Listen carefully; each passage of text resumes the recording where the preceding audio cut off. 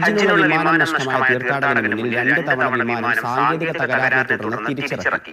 ആദ്യ 2 തവണയും യാത്ര നിഷേധിച്ച പൈലറ്റ് ഒടുവിൽ തീർത്ഥാടകനെയും കൊണ്ട് പോകുമെന്ന വാശിയും പിടിച്ചു. സോഷ്യൽ മീഡിയകളിൽ വൈറലായ ആമിർ എന്ന തീർത്ഥാടകൻ ഹജ്ജ് യാത്രയുടെ കഥ കാണാം.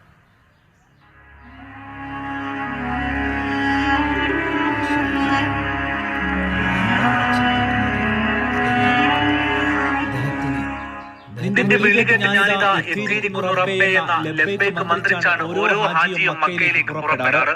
അങ്ങനെ പുറപ്പെട്ട ഒരു ലിബിയൻ തീർത്ഥാടകൻ ആമിർ അൽ ഗദ്ദാഫിയുടെ യാത്രയിലെ അത്ഭുതങ്ങളാണ് അറബ് ലോകത്ത് വൈറലാകുന്നത്.